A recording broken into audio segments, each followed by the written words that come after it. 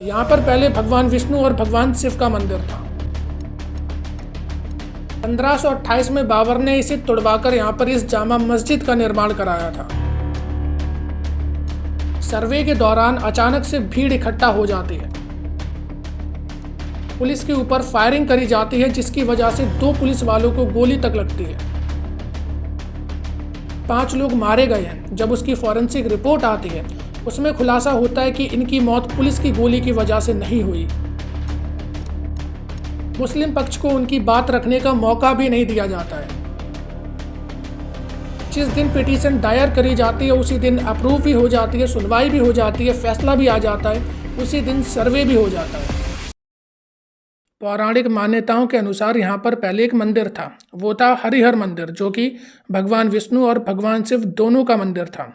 और पौराणिक कथाएं ये भी मानती हैं कि संबल ग्राम नामक एक जगह पर कल्कि अवतार होगा। कल्कि अवतार जो कि भगवान विष्णु का 10वां अवतार होगा और वो कलयुग के आखिरी में होगा, कलयुग का नाश करने के लिए होगा।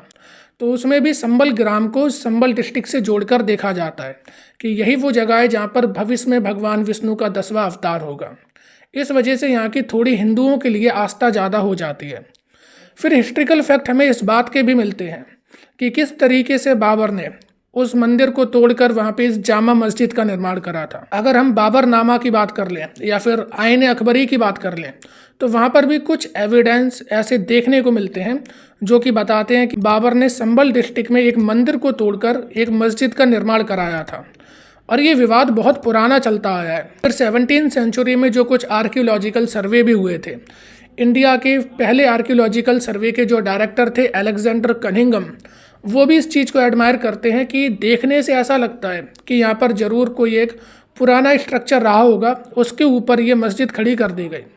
हालांकि संबल डिस्ट्रिक्ट में हिंदू और मुस्लिम के बीच में बहुत बार ऐसी बहस हुई है, बहुत बार हिंदुओं ने ये मुद्दा उठाने की भी कोशिश करी है कि ये हमारा मंदिर है और इसे हमें वापस मिलना चाहिए। और अगर हम हिस्ट्रिकल फैक्ट की भी बात कर लें, वो भी बताते हैं कि पहले यहाँ पर जरूर मंदिर था, मंदिर को तोड़कर उसके ऊपर मस्जिद बनाई गई थी। चलिए आज की सिचुएशन की बात करते हैं कि संबल में अचानक से इतने भीषण दंगे कैसे होने लगे। 19 तारीख को एडवोकेट विष्णु शंकर जैन और उनके 9 साथियों ने एक पिटीशन दायर करी थी और इनकी पिटीशन में ये मांग करी गई थी कि इस मस्जिद का सर्वे होना चाहिए, जिससे ये पता चल सके कि सच में क्या यहाँ पर पहले कोई मंदिर था या नहीं। और क्योंकि ये जो मस्जिद है ये ASI के कंट्रोल में आती है, तो इसके ऊपर सर्वे हो सकता है, यहाँ जाने की भी अनुमति मिल सकती है। तो कोर्ट ने उसी दिन सर्वे के ऑर्डर दे दिए। हालांकि हमारे कोर्ट के ऊपर बहुत ज़्यादा बर्डन होते हैं, बहुत ज़्यादा केसेस होते हैं और कई गंभीर मुद्दे होते हैं, लेकिन कोर्ट ने उन सबको साइडलाइन करते हुए उसी दिन कुछ घंटों के अंदर ये ऑर्डर भी पारित कर दिया कि आप जाकर के वहाँ पे सर्वे कर सकते हो। वैसे ही होता है, 19 तारीख को उसी दिन टीम जाती है। इतनी जल्दी आपने अभी किसी भी केस में नहीं देखी होगी, लेकिन इस केस में होता है कि उसी दिन जो टीम थी वो जाती है और सर्वे करती है। उस दिन सर्वे बड़ी शांतिपूर्ण तरीके से निपट जाता है। फिर 24 तारीख को दोबारा से टीम जाती है सर्वे के लिए और टीम सुबह 7:30 बजे पहुंच जाती है। 10:30-11 बजे तक को सर्वे चलता है। इसी दौरान कुछ भीड़ वहां पर जमा होने लगती है और भीड़ को अंदेशा ये था कि ये लोग मस्जिद को डैमेज करने के लिए आए, ऐसा कि जो लोकल सूत्रों से सुनने को मिल रहा है, जिसकी वजह से भीड़ इनके ऊपर अटैक कर देती है। पत्थरों से, डंडों से अटैक करे जाते हैं, जिसमें कि 30 पुलिसकर्मी घायल हो जाते हैं। 2 के तो गोली भी लग जाती है, जिसकी जवाब में पुलिस भी अपनी कार्रवाई करती है। और पुलिस की कार्रवाई में बताया जा रहा है कि 5 लोग अभी तक मारे गए। लेकिन जब इनकी फॉरेंसिक जांच आती है तो उसमें एक बड़ा रोचक तथ्य सामने आता है कि ये जो 5 लोग मरे हैं, ये कोई पुलिस की गोली से नहीं मरे हैं, कोई गवर्नमेंट वेपन से नहीं मरे हैं, ये देसी कट्टे की गोली से मरे हैं। और जबकि पुलिस पर्सनल जो हथियार होते हैं या फिर देसी कट्टा, इनका इस्तेमाल पुलिस नहीं करती है। ज़रूर इन्हीं दंगाइयों के बीच में कुछ लोग मिले, उन्होंने आपस में निपटा दिया। ऐसा भी एक एंगल सामने आ रहा है कि यहाँ पे जो मुस्लिम आबादी है उनमें भी 2 गुट हैं, तो उन्हीं 2 गुट की आपसी रंजिश की वजह से अच्छा मौका देख करके यहाँ पे 5 लोगों को निपटा दिया गया। लेकिन जैसे ही ये घटना सामने आती है, लोग पुलिस प्रशासन के ऊपर सवाल उठाने लगते हैं।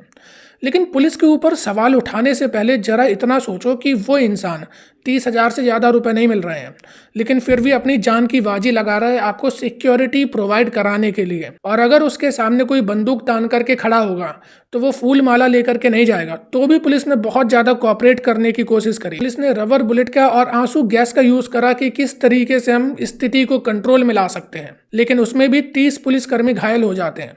ये आप डेटा देख सकते हो। ये बताता है कि हमारे देश में हर साल ऐसे 40,000 दंगे होते हैं जिनकी वजह से 700 से ज़्यादा पुलिसकर्मी हर साल अपनी जान गंवा देते हैं। क्या पुलिस वालों के परिवार नहीं होते? पुलिस वालों की जान नहीं होती? उनके कोई रिश्ते नाते नहीं होते? क्या उनके पास ह्यूमन राइट होना चाहिए कि नहीं होना चाहिए? हमें यहाँ पर चेक बैलेंस बनाने की ज़रूरत है। ना तो जनता को ज़्यादा राइट देने हैं और ना ही पुलिस वालों को ज़्यादा राइट देने हैं। लेकिन यहाँ पर समझने वाली ये बात है कि इतनी भीड़ अचानक से इकट्ठी नहीं हो सकती है, या इनके पास जो लाठी डंडे हथियार और जो पत्थर थे, पत्थर यूं ही रोड पर डले नहीं मिल जाते हैं। लोग अपनी छतों से पत्थर फेंक रहे थे, औरतें तक पत्थर चला रही थीं, लोग अपने मुंह बांध करके आए थे। उन्होंने लोगों की प्राइवेट कार्स पर, प्राइवेट प्रॉपर्टी पर अटैक करा। सबसे पहले कैमरे तोड़ने की कोशिश करी गई। अगर पुलिस की यहाँ पर गलती थी, अगर पुलिस लोगों के साथ जाती कर रही थी, तो आपने कैमरे को क्यों हार्म करा? कैमरे से दिख जाता कि पुलिस आपके साथ क्या कर रही थी। लेकिन इन दंगाइयों ने सबसे पहले कैमरे तोड़े ताकि इनकी पहचान ना की जा सके, और उसके बाद पुलिस के ऊपर इन्होंने अटैक करा, जिसका रिटेलिएट हुआ। और बाद में क्या दंगे हुए वो सब मेन स्ट्रीम मीडिया में देख सकते हो।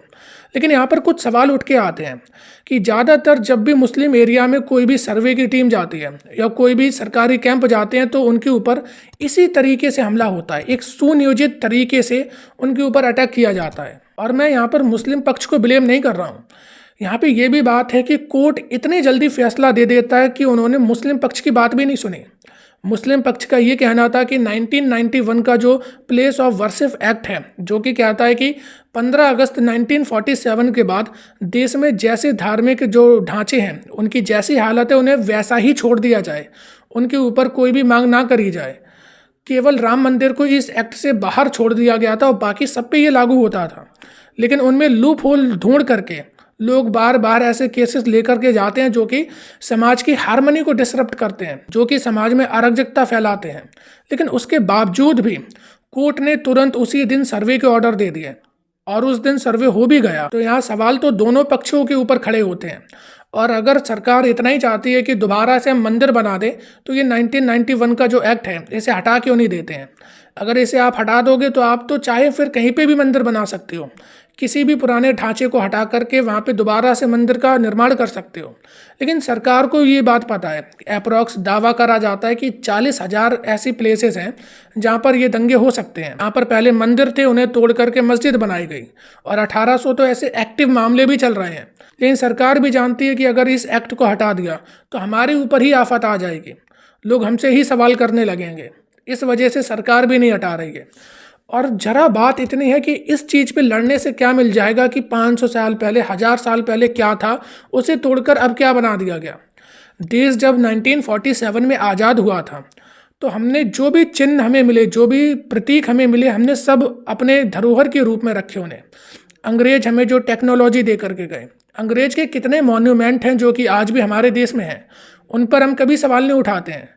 लेकिन आज हम 500 साल पुरानी, 1000 साल पुरानी बातों को लेकर के लड़ने में लगे हैं। आपको अगर लड़ना है तो फ्यूचर के लिए लड़ो, पास्ट के लिए लड़ने में कुछ नहीं मिलेगा। अरे जो गलती अकबर ने, बाबर ने या किसी ने भी करी हो इतिहास में, आज अगर उसे तुम बदल दोगे, वहां पर एक स्ट्रक्चर खड़ा कर दोगे, तो क्या मिल जाएगा? केवल आप देश को हजारों साल पीछे दंगों में ढकेल सकते हो, उसके अलावा कुछ नहीं मिलेगा। देश के असली मुद्दों की कभी बात नहीं करी जाती है। हमारे इंडियन जुडिशरी के पास इंफ्रास्ट्रक्चर की कमी है। मेरा तो यही सुझाव है सरकार से, ऐसी बिल्डिंग को उठा करके, जहाँ पर भी दंगा होने की आशंका हो, ऐसी बिल्डिंग्स को उठा करके सरकारी ऑफिसेस में तब्दील कर देना चाहिए। क्योंकि हमारे बहुत से ऐसे कोर्ट हैं जो कि किराए पर चल रहे हैं। सरकारी बैंक, उन्होंने बिल्डिंगें लीज पर ले रखी हैं। ऐसी हालत है, उससे अच्छा ये जो रिलीजियस प्रॉपर्टी है, इसे गवर्नमेंट की प्रॉपर्टी घोषित कर देना चाहिए। अगर किसी चीज़ के लिए लड़ाई लड़नी है, अगर किसी चीज़ के लिए मांग रखनी है, तो मांग आपकी होनी चाहिए कि देश में 10% के करीब इन्फ्लेशन है। हमारी कंट्री में 7% यूथ अनएम्प्लॉयड बैठा है। अलग अलग सेक्टर की बात है, सीजनल एम्प्लॉयमेंट अलग है, डिसगाइज एम्प्लॉयमेंट अलग है, और अनऑर्गेनाइज एम्प्लॉयमेंट वो सेक्टर अलग है।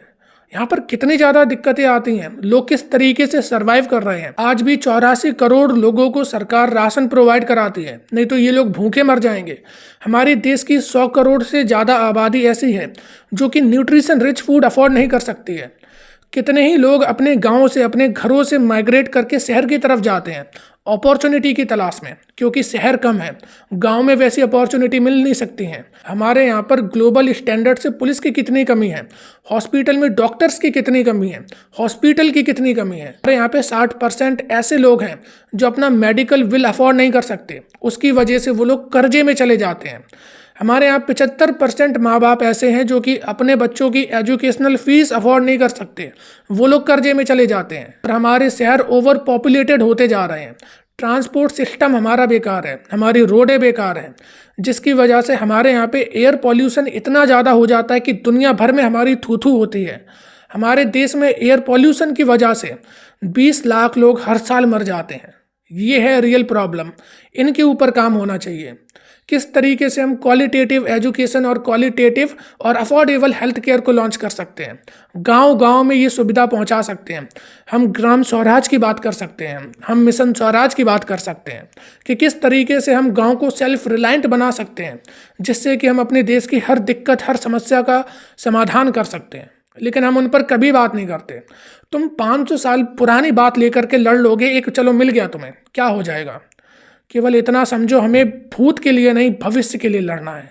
हमें भविष्य को बेहतर बनाना है, क्योंकि जो बीत गया उसे तुम ना तो सुधार सकते हो ना बिगाड़ सकते हो, लेकिन उसकी वजह से तुम अपना भविष्य बिगाड़ भी सकते हो, बना भी सकते हो। और अब ये तुम्हारे ऊपर है कि तुम्हें किस लिए आवाज़ उठानी है।